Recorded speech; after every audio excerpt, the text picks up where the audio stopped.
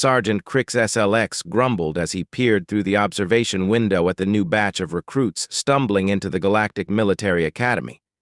His crystalline body refracted the twin sun's light, casting rainbows across the pristine white walls. It was his 15th cycle watching fresh cadets arrive, and somehow they seemed greener every year. Quite the collection this time, commented Lieutenant Pax 12, adjusting her optical sensors with mechanical precision.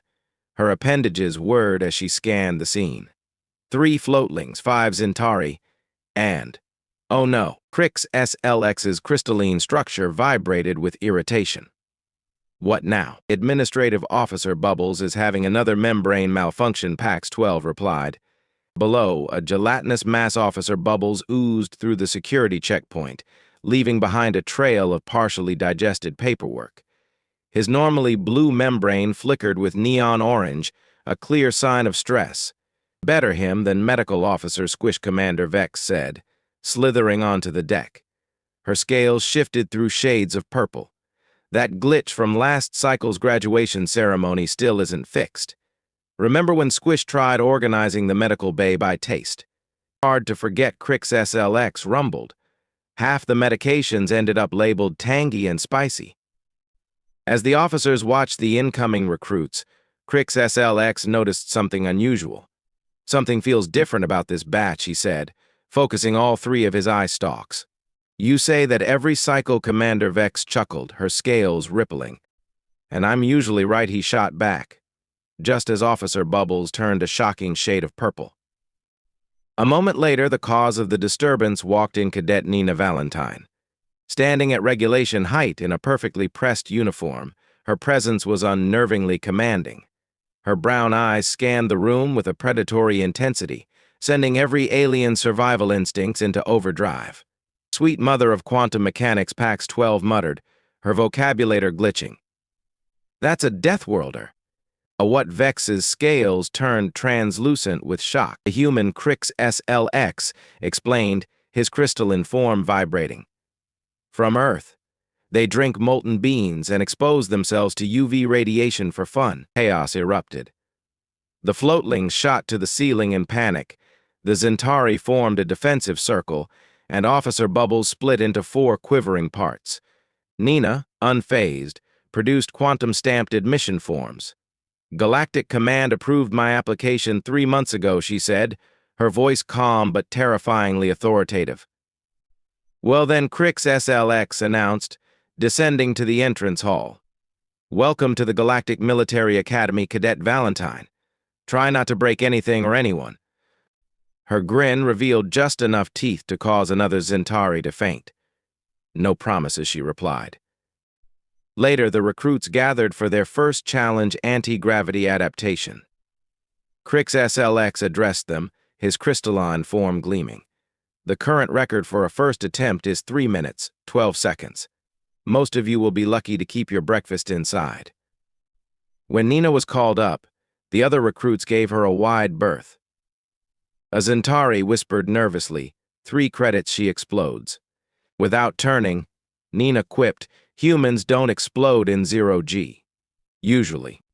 As the gravity field deactivated, Nina moved with breathtaking precision. She launched herself off the floor, snagged 3 orbs in quick succession, and used the walls as springboards, all while humming an ancient human battle tune called Bad to the Bone. She's treating 0G like a playground, Pax 12 exclaimed, her mechanical sensors whirring in disbelief.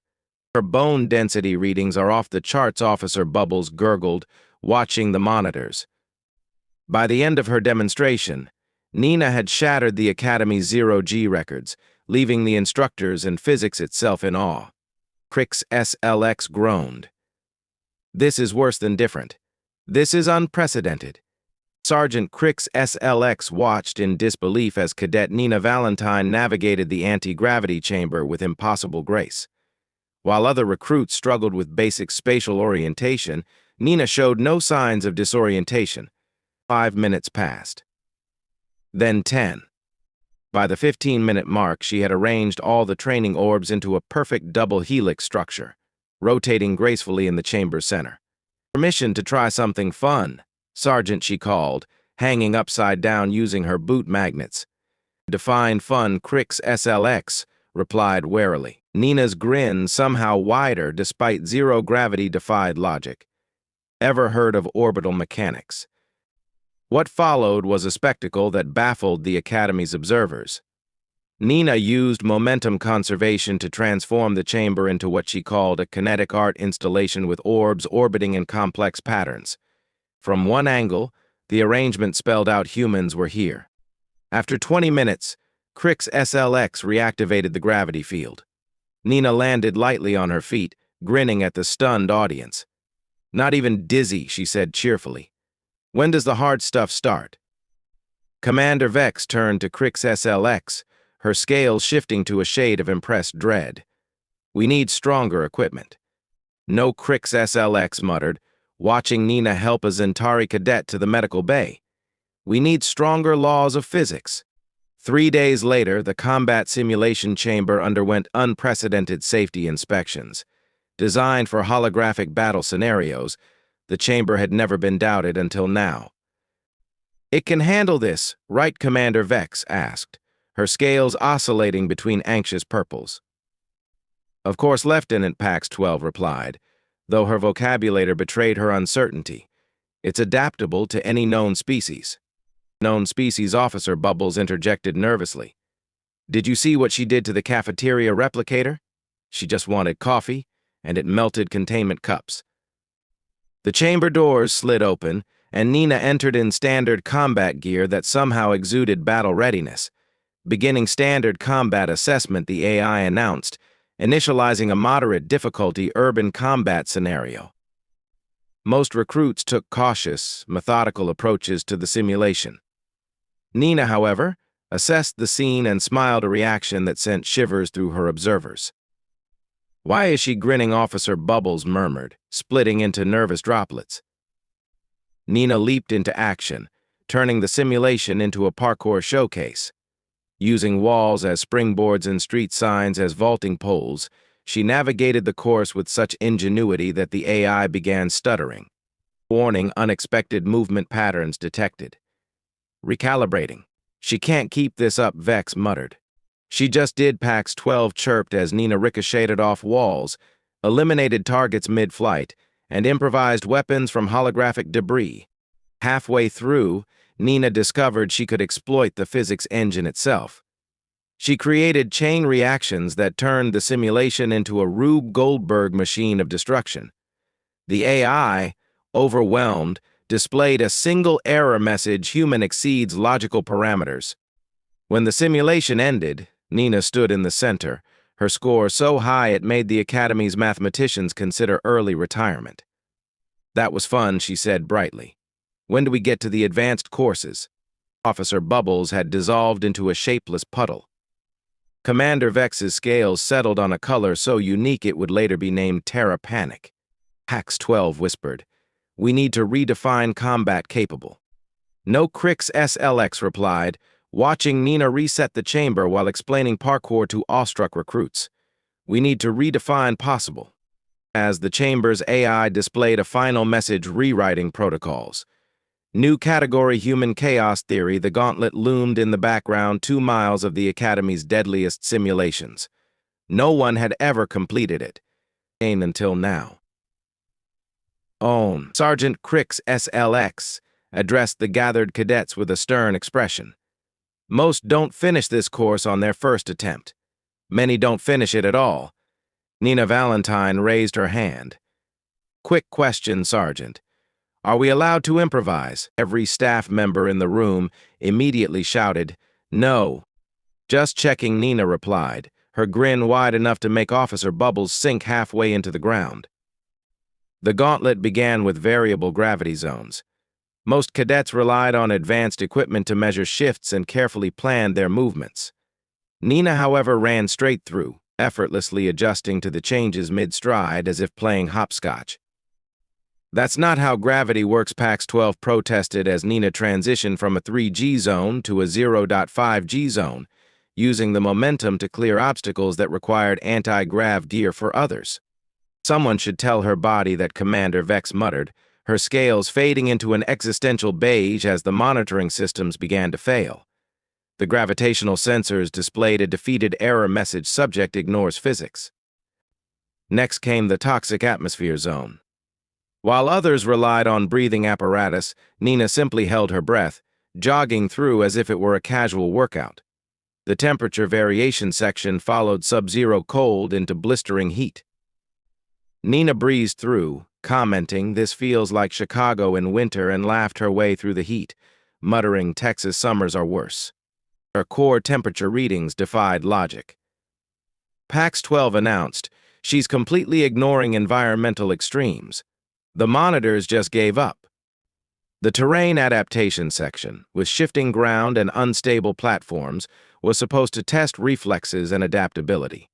Nina, however, intentionally triggered a landslide to create a shortcut, turning it into what she gleefully called extreme parkour. "Is she using the unstable terrain to her advantage?" Vex asked, stunned. Worse, Crix SLX replied, his crystalline structure humming with disbelief. "She's enjoying herself."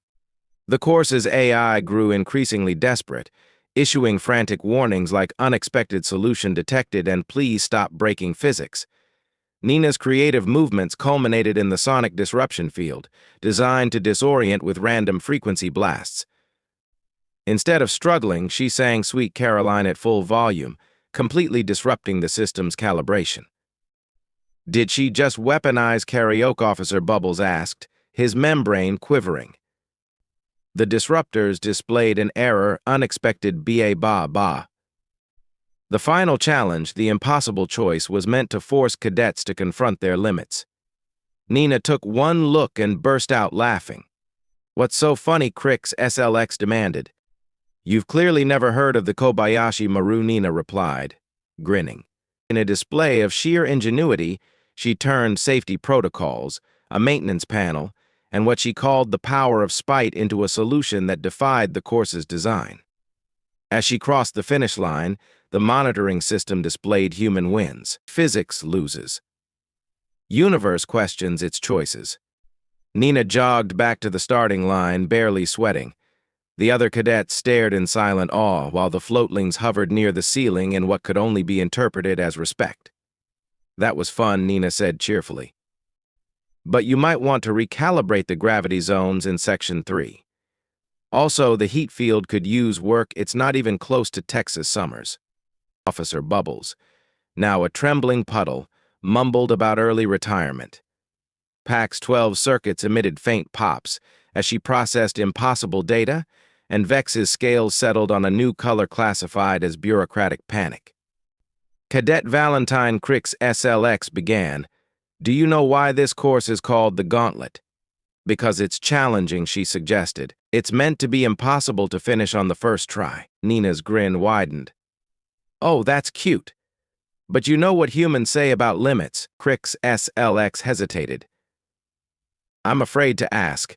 Hold my coffee and watch this." At that moment, the course's main computer displayed its final message before shutting down, redefining possible. Blame the human. The emergency staff meeting that evening was filled with tension. Officer Bubbles was a nervous puddle. PAX 12 circuits still sparked, and Vex's scales pulsed with dread. Suddenly, a hologram flickered to life in the room, bearing the insignia of Galactic Special Forces. "Greetings," said a smiling human woman. "I'm Admiral Chen of GSF Strategic Operations. I see Cadet Valentine has been entertaining." "You knew?" Crix SLX demanded, his crystalline form vibrating. "Of course," Admiral Chen said with a laugh. "Nina isn't just any human. She's a test case. We needed to see how the Academy handles us. There are more of them," Bubbles squeaked. "Oh yes," Chen replied. "Plenty more. This was an audit to assess what upgrades your systems need to handle human recruits." "Upgrades?" PAX 12 asked nervously. "To what?" "Everything," Chen said, grinning. "Training protocols, safety systems, physics equations." Sergeant Crix SLX addressed the assembled cadets, his crystalline form resonating with authority. "This is the Gauntlet. Complete all previous challenges at maximum difficulty. Most fail, and nobody has ever succeeded on their first try. Nina Valentine raised her hand. Quick question, are we allowed to improvise? The entire staff shouted, no. Got it, Nina replied, her grin wide enough to make Officer Bubbles burble nervously. The first section, variable gravity zones, was meant to force careful calculations. Most cadets relied on advanced tools to navigate. Nina, however, sprinted through, effortlessly adapting mid-stride, bouncing from a 3G section into 0.5G, as though she were skipping stones. That's not how gravity works, Pax 12 protested. Tell that to her body, Commander, Vex muttered, her scales fading into an existential beige as the monitors failed, displaying error subject ignores physics. Next came the toxic atmosphere section, where Nina strolled through without a breathing apparatus, holding her breath casually. In the temperature zones, she brushed off the freezing cold with a comment about Chicago winters and laughed through the heat, calling it a mild Texas day. The monitors, overwhelmed, displayed human pleas recalibrate reality. The terrain section, with shifting ground and unstable platforms, was meant to test reflexes. Nina turned it into a spectacle, triggering a landslide to create a shortcut and dubbing it extreme parkour. She's not just surviving this, Crix SLX muttered. She's enjoying it. The sonic disruption field, designed to disorient with random frequencies, was neutralized when Nina started belting Sweet Caroline so loudly it crashed the system, which displayed unexpected BA. The final challenge, the impossible choice, was meant to force cadets into admitting defeat. Nina glanced at it and burst into laughter. Oh, you've never heard of the Kobayashi Maru, she said, proceeding to exploit safety protocols, maintenance panels, and sheer creativity to solve the unsolvable. As she crossed the finish line, the main system displayed human wins. Physics loses. Universe questions choices. Nina jogged back to the starting line, unfazed. That was fun. But your gravity zones are off by 0.02G. And the heat field? Chicago winters are worse. Officer Bubbles had dissolved into a puddle. Pax 12 circuits sparked faintly, and Vex's scales shimmered in bureaucratic panic. Crix SLX cleared his throat. Cadet Valentine, do you know why the gauntlet is called what it is? Because it's challenging. It's supposed to be impossible to complete on the first try. Nina grinned wider. That's cute. But you know what humans say about limits. Crix SLX hesitated. I'm afraid to ask. Hold my coffee and watch this. That evening, the Academy staff gathered in crisis mode. The tension broke as a hologram of Admiral Chen appeared, her grin revealing far too many teeth. Greetings. I see Cadet Valentine has been entertaining. You knew Crix SLX, accused. Of course, Admiral Chen said with a laugh. Nina's our test case. We needed to see how well the Academy handles humans. There are more bubbles squeaked. Oh yes. Nina was just the warm-up. 30 more humans arrived next cycle. Officer Bubbles fainted on the spot. Pax 12's fans whirred desperately as Vex's scales turned a shade now classified as existential dread purple. Don't worry, Chen added. We'll send upgrades for your systems. Oh, and stock up on real coffee. Synth stuff won't cut it. As the hologram faded, Nina burst into the room. Hey, I found a fun quirk in the station's gravity generators. Want to see? No, the staff shouted in unison. Crix SLX chuckled. You know what they say on Earth, go big or go home. We're doomed, Bubbles gurgled. Gloriously doomed, Crix corrected, raising his mug of human coffee. To the future of the Academy, may our insurance premiums have mercy on us all.